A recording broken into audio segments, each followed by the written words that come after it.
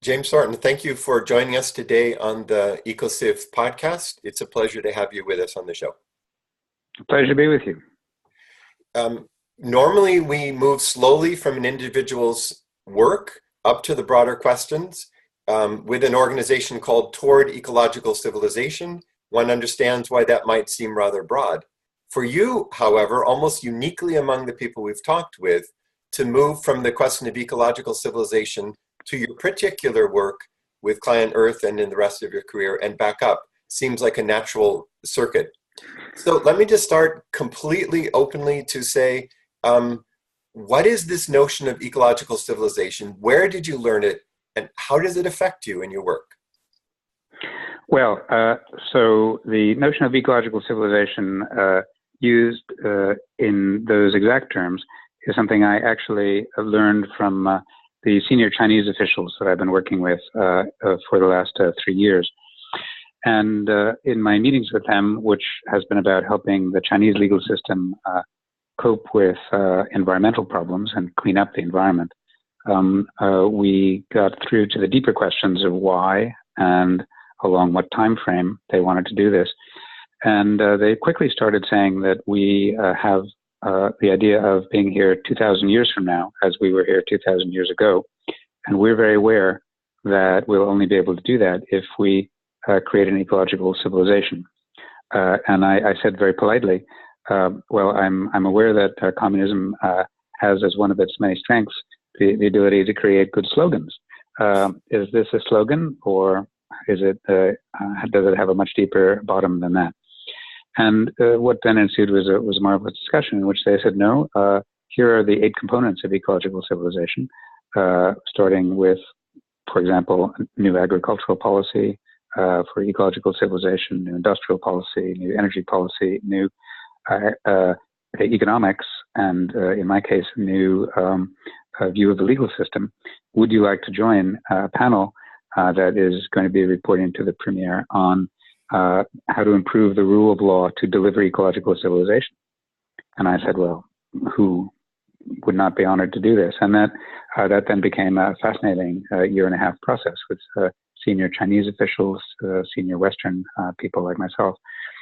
And what I saw was that this idea of ecological civilization as articulated by our Chinese colleagues is very much like something that I've been trying to talk to people about in the West for a couple of decades. You know, what I've been saying is that environmentalists like myself have been very good at articulating what the problems are, and that's understandable because the problems are relatively new. But what we haven't yet done is articulate a positive vision that can draw people into the future, and that a solely negative vision turns people off. And a positive vision is what's needed to bring people together and give them the hope they need to make the changes we need.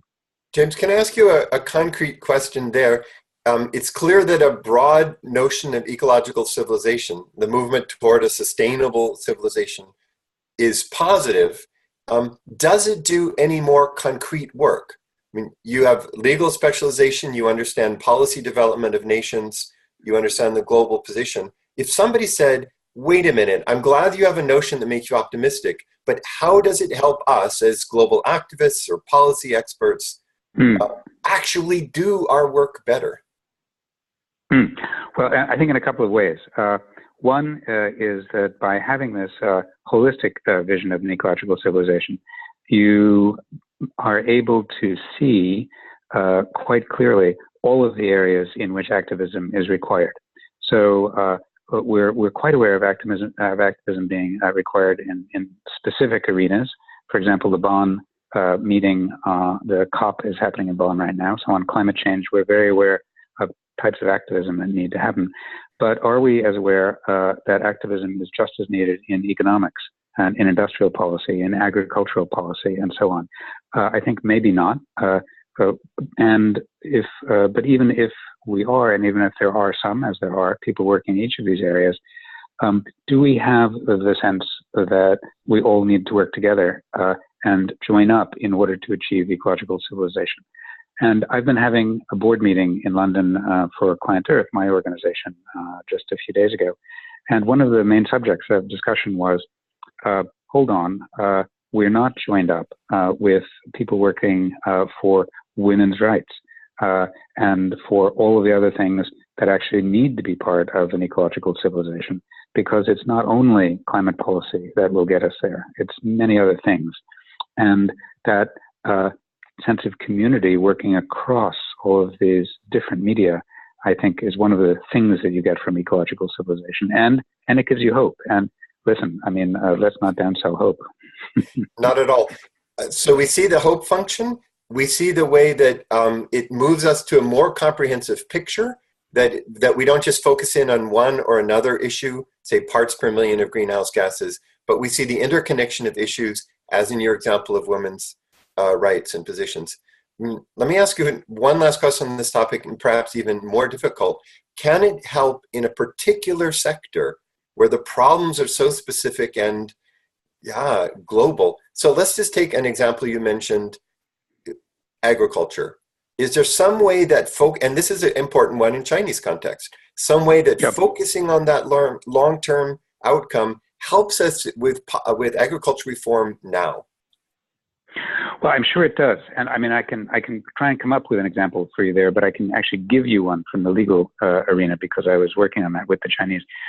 So, I mean, imagining in the agricultural context, I mean, we look at the issue in China a lot of soil pollution, much worse in China than in any Western country that I've ever worked in, and the poisoning of food as a result.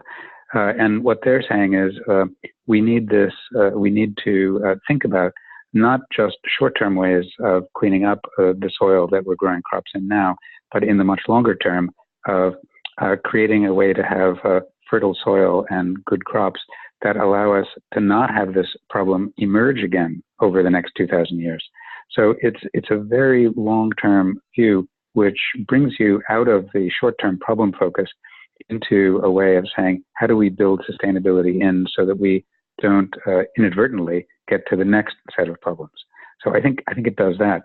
In the legal arena where we were just working, what was interesting is you look at you tend to look at things in areas of specialty, across any dimension. But in law, you'll say, well, okay, now let's work on cleaning up soil. Now let's work on reducing the amount of carbon in emissions and so on.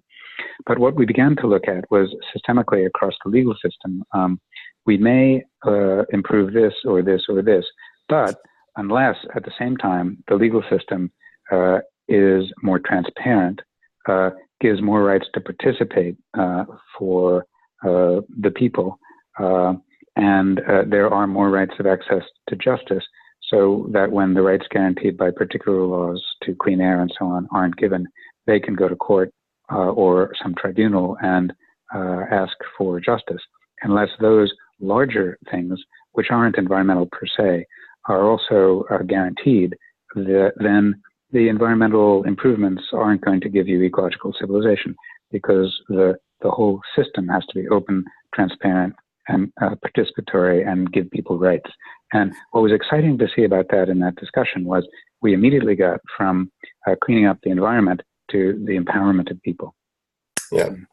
The parallels with your work and what we're doing are remarkable. I think that's why we're doing this brief interview.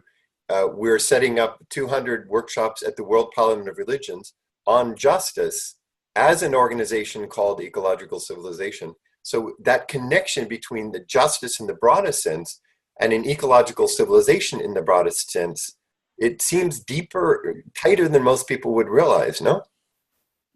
Yeah, it's absolute. Justice.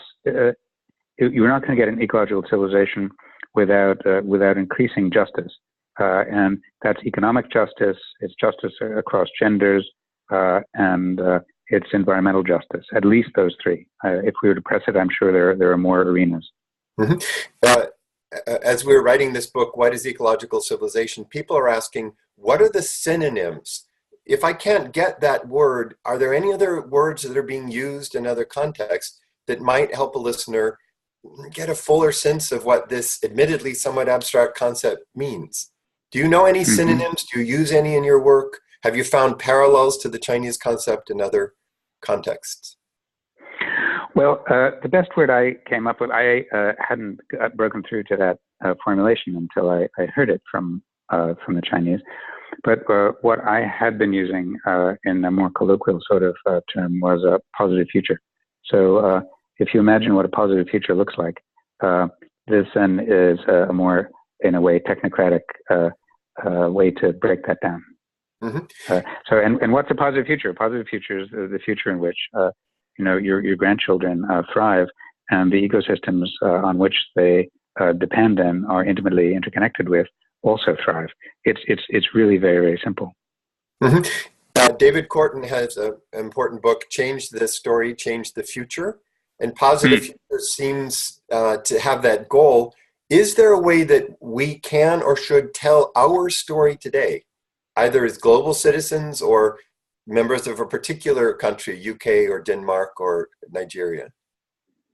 The story. Well, I think, yes, the story question is incredibly important. And I think that is up to the people in Denmark, Nigeria, and everywhere else, because the human story takes place only in local situations, and there's a positive story to be told everywhere. And I work, ClientEarth works in 5 African countries, and it has been enormously eye-opening to work.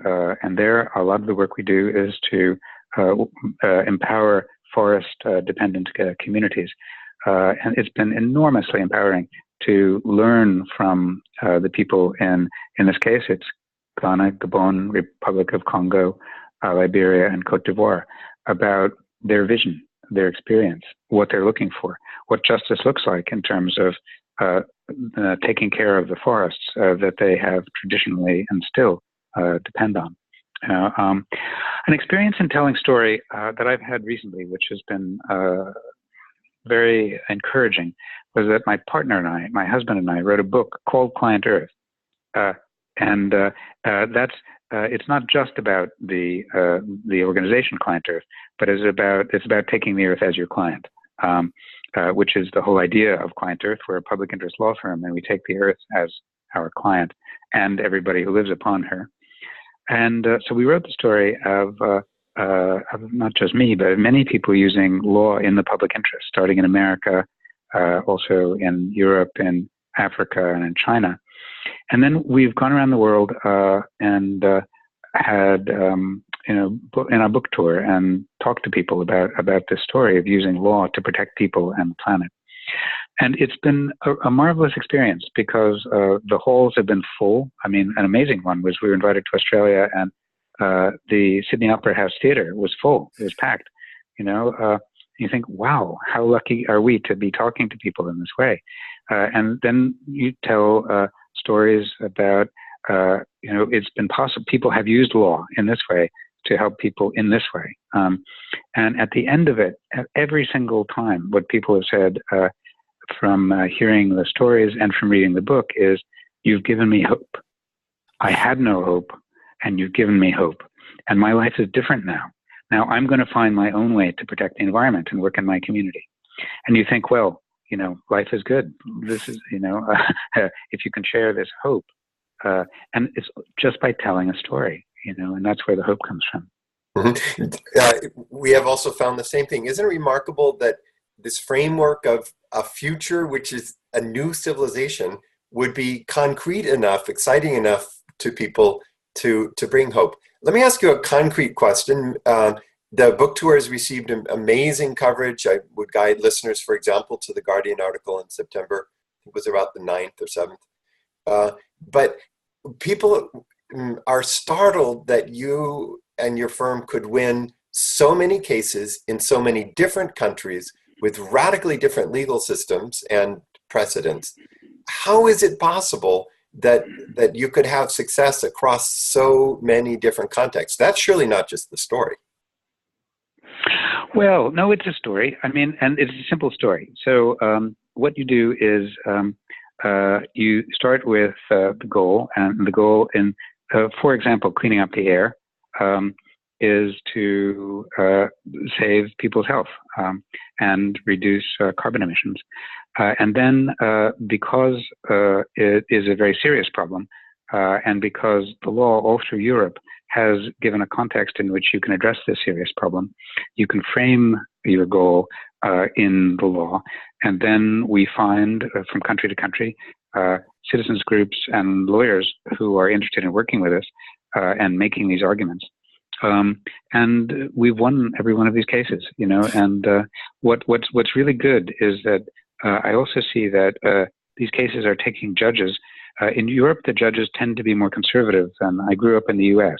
And indeed, there are some conservative judges in the U.S., but there are a lot of progressive judges and who are comfortable with environmental cases. In Europe, traditionally the legal system is rather more conservative.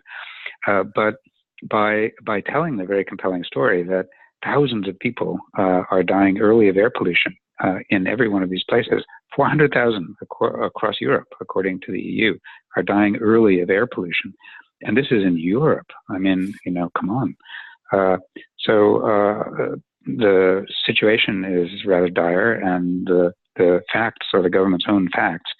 And when appropriately told as a story within the legal way of telling a story in court, the judges have all been moved to find for us and to go beyond what their normal comfort zone is. So in Germany, for example, the judge in Stuttgart, which is the home of Mercedes-Benz and Porsche, said, unless to the government you clean up the air by a certain date in 2018 to the legal limit, I am going to issue a ban myself against diesel vehicles coming into Stuttgart.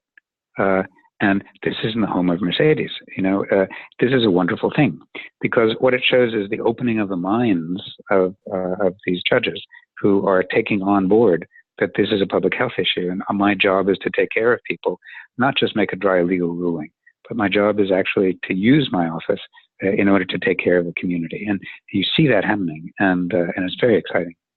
That's a remarkable tale, because most people outside of the law wouldn't realize that the same story you've been talking about is at the center of your incredible successes in the courtroom as well.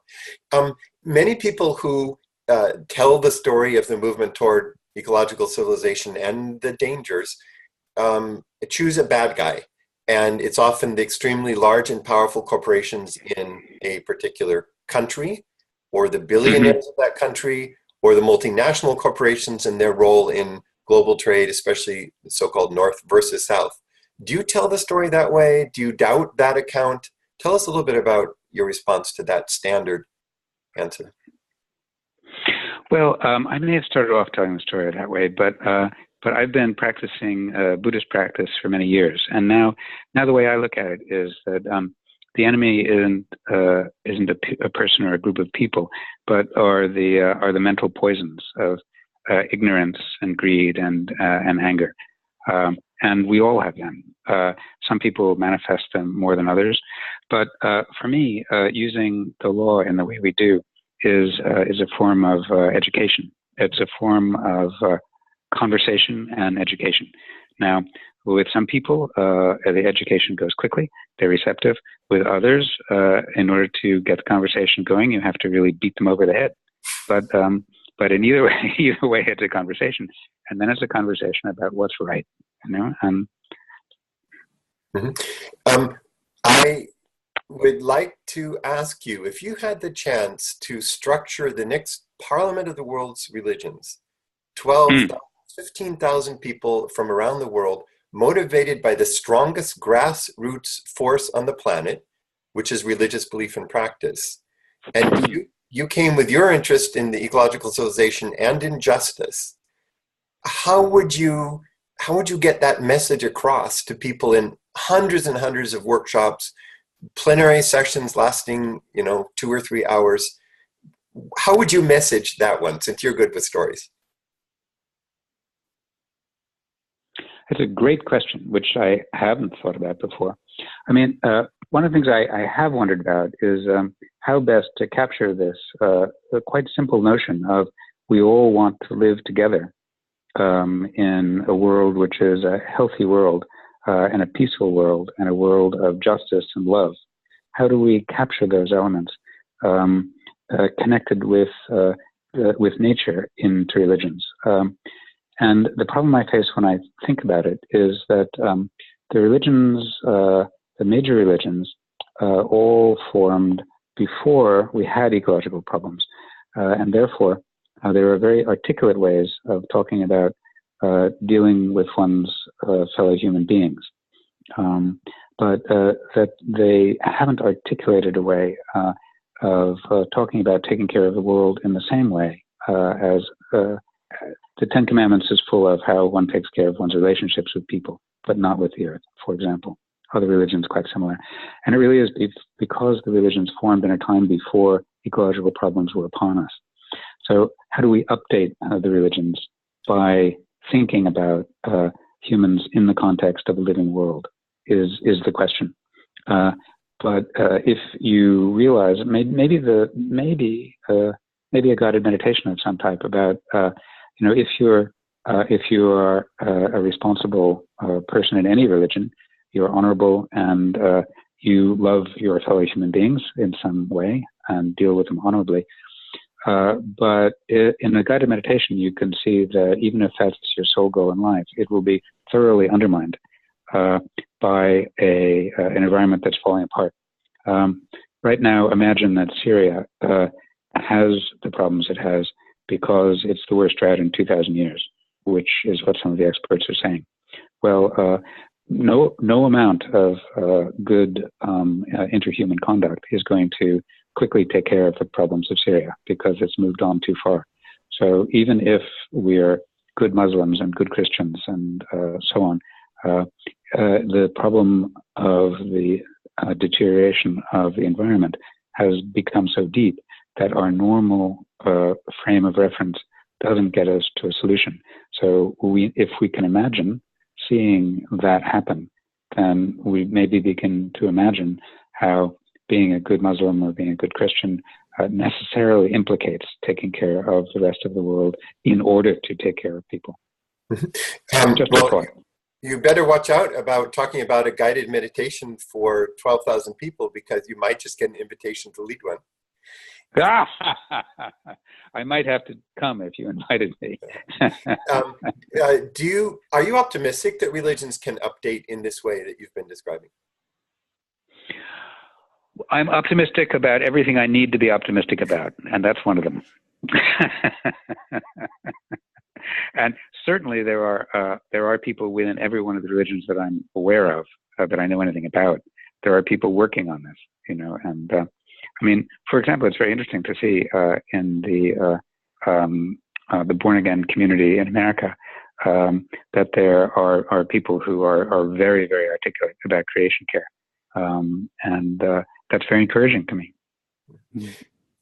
Two brief questions to close. People may be listening to this talk or the hundreds of others you've given and say, I'm not in the context to bring a lawsuit against a major government. I'm a small person in a village or a small town. I'm an unimportant person in a large city. What would you have me do? I won't have your impact, but I want to have some. What would you tell me?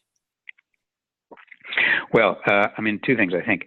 One is that you can begin by taking care of your relationships immediately because you have an enormous impact on everybody that you meet during the course of the day. And those relationships are part of the environment. So that if you're taking care of people, you're taking care of the environment. Beyond that, to become aware of all of your impacts on the environment. The degree to which you can save energy, you can recycle, all of those things. But if you have a little more money and can go beyond that, you might learn about the environment and support an environmental group. Because you don't yourself have to bring lawsuits, but you can support a group that works on saving habitat or giving clean water where it's not available. And there are 1,000 environmental groups that are worth supporting, and even a little bit of support is very important. Fantastic. And a final question, Mr. Thornton. You have said that you are optimistic about those things where you have to be optimistic. And one of those must be the transition to an ecological civilization. Could you tell us in closing, starting from today until, inshallah, we are finally reaching that place, what does the transition look like in the I don't mean detail by detail, but in the biggest sense of a transition of humankind, what has some vision of from here to there in three great steps, or however you conceive it? Well, that's a wonderful question, and I don't think anybody knows it, but I think we already see the signs of it beginning, and I think it will surprise us. And one sign of it beginning is that the Chinese, which is something most people don't know in the West, have become so extremely concerned about cleaning up the environment, and they're going to do it no matter what. And I've heard from the senior officials, no matter what anyone else does in the world, we understand that this is in the interest of our people, so we're going to do it. So one thing is, the country which is the greatest polluter, and the one that many people thought was most remote from good action in this area, has become perhaps already the world leader in cleaning up. So that's one thing. That's an unexpected and wonderful step. That's a breakthrough. The other breakthrough is the Paris Agreement. Now, on climate change, which was signed a couple of years ago. And here we have now every country in the world, America is still signed up, and the president can't take America out until the day after the next presidential election, which is interesting. But assuming that America leaves, it will be the only country.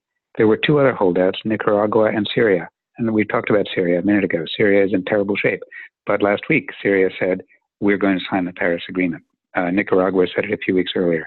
So at the moment, every country in the world is either signed up or about to sign up to make an enormous transition in order to prevent climate change. And the Paris Agreement leaves it up to the country as how to do it, which is a good idea. But it's a very serious commitment to thorough change. And that's thorough change in how we use energy. And that will get you into the other elements of ecological civilization, and that it will also change agriculture, and it will also change industrial policy, for example. And then we need to make sure that it also picks up the elements of justice and social equality. But those two things, the biggest polluter in the world has decided to really shift and is shifting as quickly as it can, and that every country in the world now has signed up to the Paris Agreement. Those, I think, are two remarkable shifts, unforeseeable really 10 years ago. So those are two huge steps to ecological civilization, and then the next ones will surprise us. Mm-hmm. Beautiful. That's what's great, that they will be surprising. Yeah. That's the beauty of a notion that's so broad, nobody could possibly know how we'll get there. And yet you show there is a way to see it step by step. We can't know them all, as a thing that human species can achieve. Absolutely, yeah. And we better achieve it if we want to stay a species. Exactly. James Thornton, thank you so much for taking the time to talk with us. Your success on behalf of your client Earth is remarkable. I don't think anyone globally has ever had that sort of success. And the thought of that same person leading 12 to 15,000 people from around the world in a guided meditation as a Zen priest is a remarkable thought. We hope we're all Thank happy. you very much. Best wishes. Thanks for joining us. Bye-bye. Bye now.